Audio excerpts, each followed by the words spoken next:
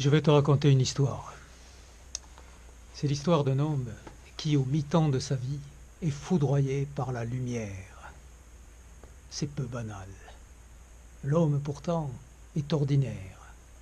Jusqu'à ce jour, il a vécu légèrement. Une femme, 2 enfants, un métier qui lui plaît et lui permet de vivre assez commodément, des amis et une passion, la mer, parcourue à la voile. La fête aussi, souvent. Bref, tout pour être heureux, comme on dit. Sauf qu'un jour, au creux d'une douleur qui le laisse seul, avec 2 enfants en bas âge, il prend conscience de l'ineptie d'une existence ainsi menée, son peu de consistance, et il décide de comprendre, de voir le sens, s'il y a un sens, d'entendre, s'il y a à entendre. Qu'est-ce que l'homme, vraiment? Alors, il lâche prise. Il ne sait plus rien, ne veut plus rien. Il s'abandonne complètement, totalement. Il lâche les rênes de sa vie. Advienne que pourra. Par là, il faut entendre que cet homme ne fait plus confiance à sa seule volonté pour se guider. Il voit trop le désastre où celle-ci, à ce jour, l'a mené. Mais il continue, vaille que vaille, de porter le quotidien, métier et enfant, pour l'essentiel. Et c'est dans ce marasme qu'une chose étrange arrive. Le voilà, porteur de boules, porteur de 3 boules. Là, physiquement, dans son ventre, sa poitrine, 3 boules qui ne le lâchent pas. Une boule sombre, couleur de terre, une boule vive, couleur de feu, et une toute blanche. Il est comme enceint. Enceint, c'est bien le mot. Il est gros de 3 boules. Et au bout d'un temps, cela lui devient intenable, insupportable. Et lui qui n'a jamais peint, lui qui ne sait pas dessiner, demande à un ami, artiste, ayant fait les beaux-arts, de lui acheter tout ce qu'il faut pour peindre. Toile, tube de peinture, spatule, pinceau, palette, chevalet et autres accessoires encombrent bientôt tout un coin du salon. Il est paré, tout est prêt. Et la vie continue. S'occuper des enfants, torcher, jouer, nourrir, aimer, le métier à tenir, et une nuit, réveil, en sursaut. Il sait que c'est maintenant. Il se lève et jette ce qu'il porte là, sur la toile, comme ça, rapidement. Comme il le peut, en fait. Il étale d'abord un fond bleu nuit sur tout le cadre. Puis il peint une première boule, une boule de feu, en bas, à gauche de la toile. Puis une boule couleur de terre, plus haut et plus à droite. Enfin, et au-dessus de tout, une énorme boule blanche. Voilà l'image qu'il portait, dont il est enfin délivré. Sauf qu'à un moment, sans qu'il le veuille, sans qu'il le décide, les couleurs changent. Et du vert apparaît sur le fond bleu nuit. Et ce vert trace les contours d'une main. L'homme n'en croit pas ses yeux. L'idée de dessiner une main ne l'a même pas effleuré. Et pourtant, elle est là, en bas, à gauche de la toile, qui sort du feu et vient serrer dans sa pince la boule de terre, plus haut et plus à droite. Stupeur. La main est là. L'aube est là, qui se lève. Et lui s'effondre, épuisé, vide.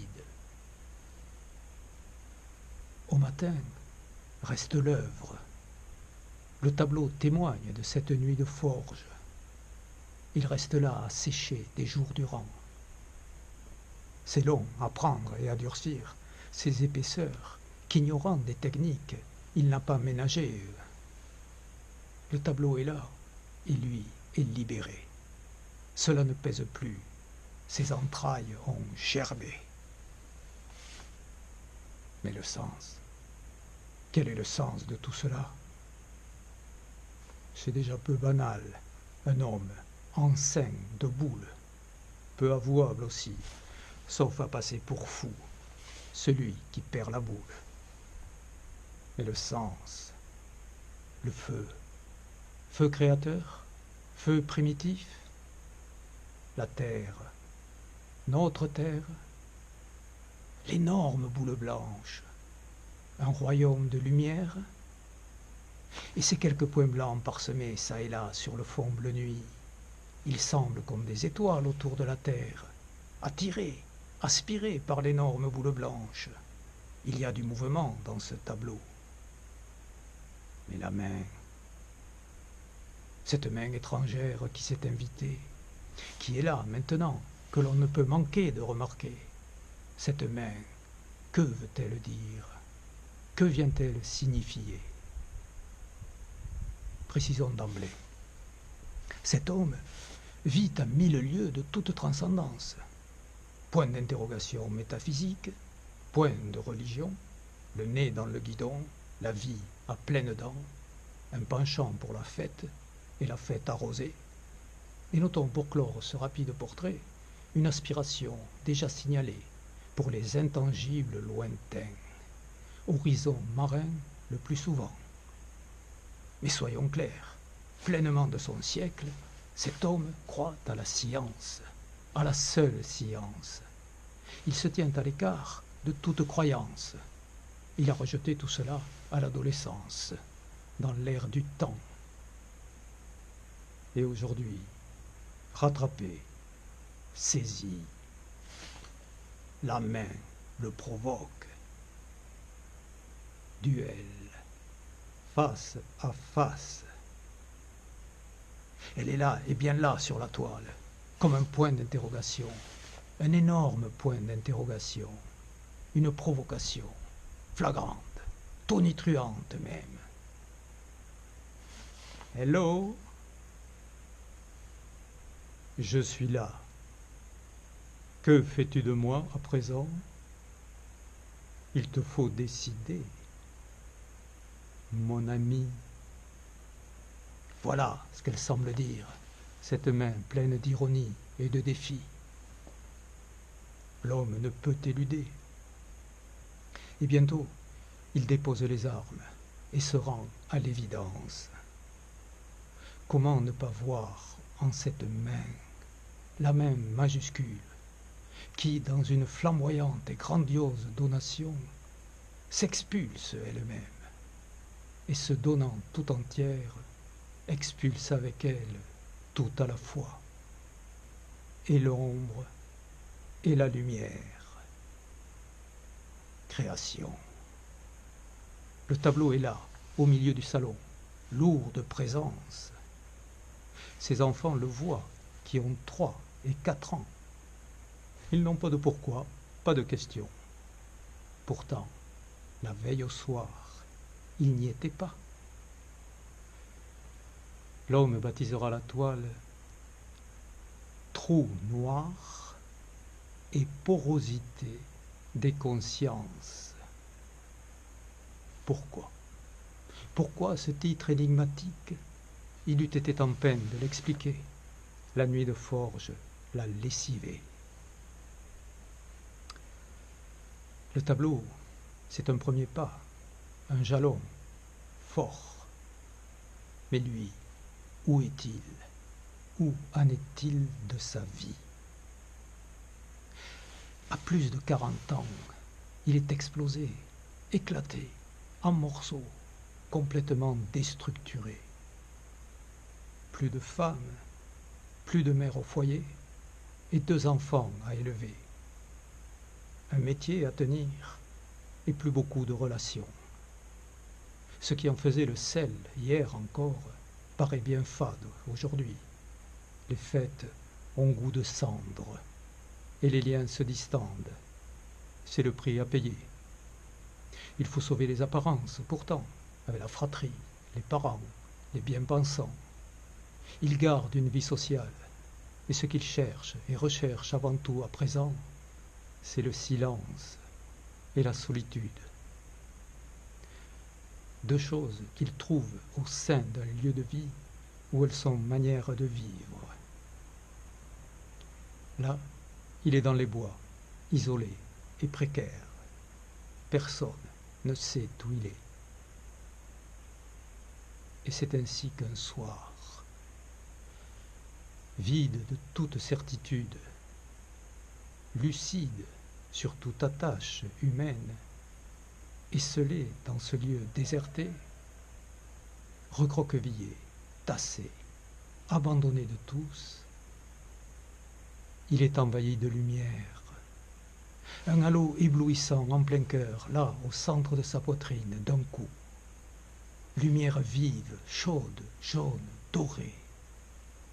Au centre du halo, un homme, debout, de dos, dans un paysage désertique.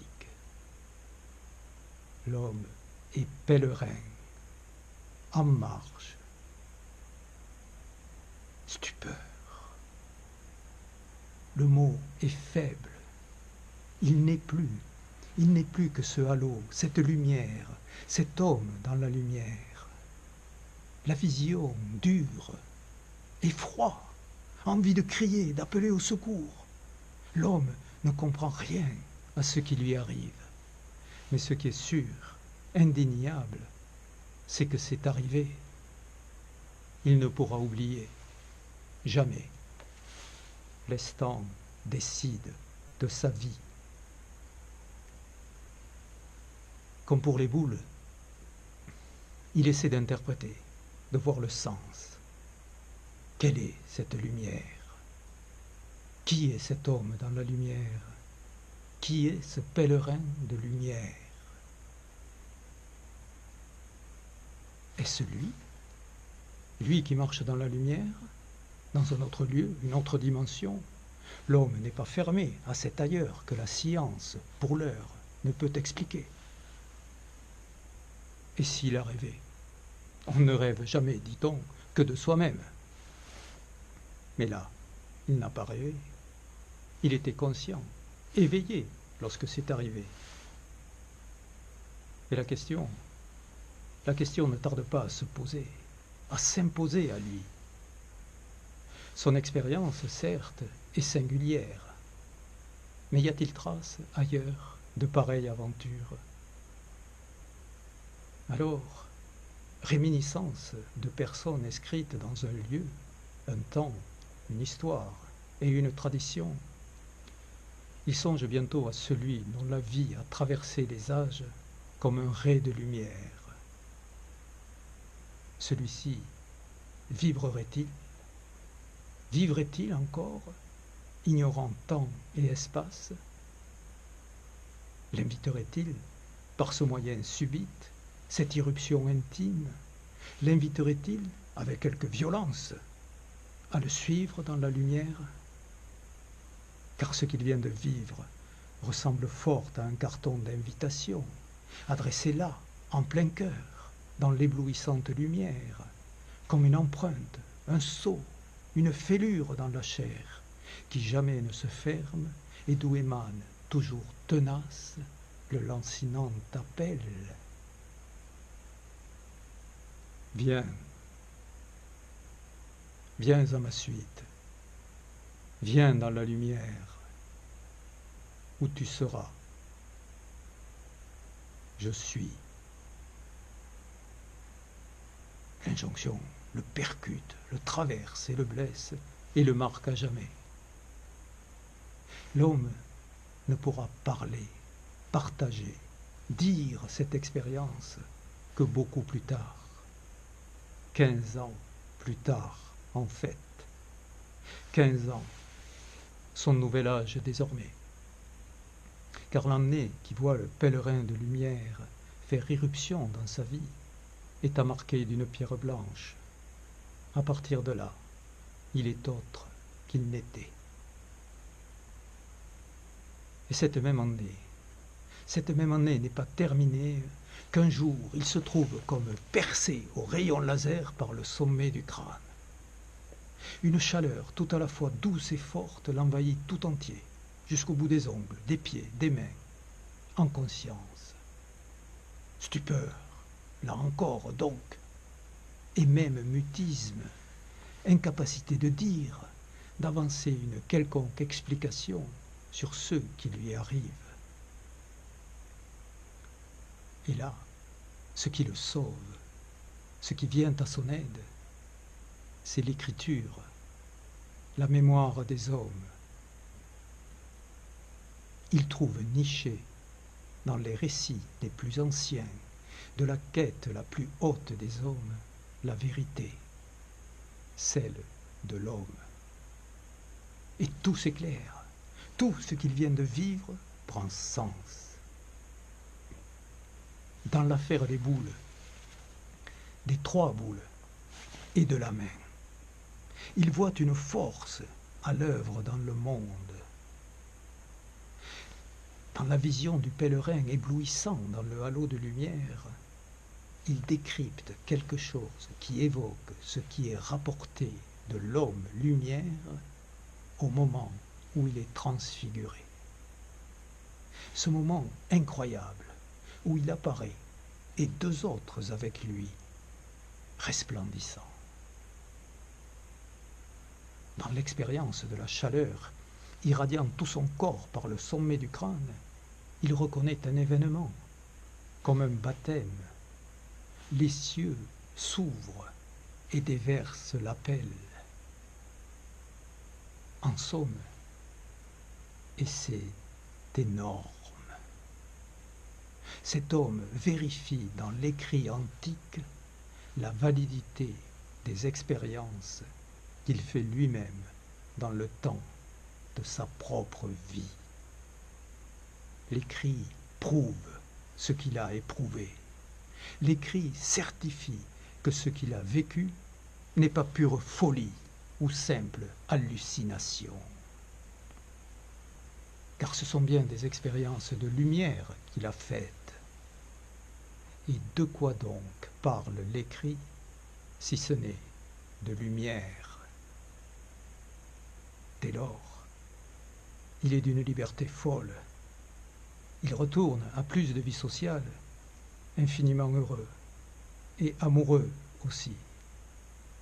Et là, il ne peut faire autrement que de dire cette vie plus grande qu'il a touchée, cette lumière qu'il a entrevue.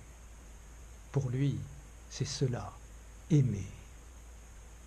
Vivre de la lumière, la dire, la partager, la raconter. C'est le meilleur de lui-même qu'il puisse offrir. Il convient, peu à peu, qu'il suit une voie singulière, dont il ne peut s'écarter.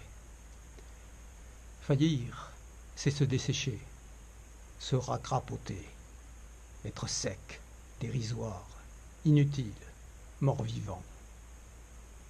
Il le sait, et il choisit la vie. Il raconte. Sur les chemins, dans les théâtres, les salles communales, au domicile ou en église, peu importe le lieu. En aparté, petit comité ou en public, peu importe la forme. Il a un aiguillon, une épine dans la chair. Ce qui le taraude, le talonne sans cesse et ne le lâche pas, c'est le pèlerin, le halo de lumière, la lumière d'en haut, cette force immense à l'œuvre dans le monde, ce feu qui tarde à prendre, lumière qui cherche l'homme et que l'homme, dans sa superbe, ignore d'embraser. Oh, lui-même n'est rien, il le sait bien. Il se sait faible, dissolu, épais d'esprit, tordu. Son chemin peut heurter tant il est décidé. La lumière l'aimante. Il l'a vue à l'intérieur de lui. Par le sommet du crâne, elle l'a inondé. Il sait qu'elle est là, tout à la fois en lui et hors de lui. Alors, il jette ses dernières forces dans ce qui est bien une bataille, un avenir, une œuvre qui s'accomplit avec lui ou sans lui. Il a choisi. Ce sera avec lui et avec liberté. Sur les toits du monde où le chemin l'a conduit, il met ses mots, ses propres mots, sur ce qui s'est un jour passé.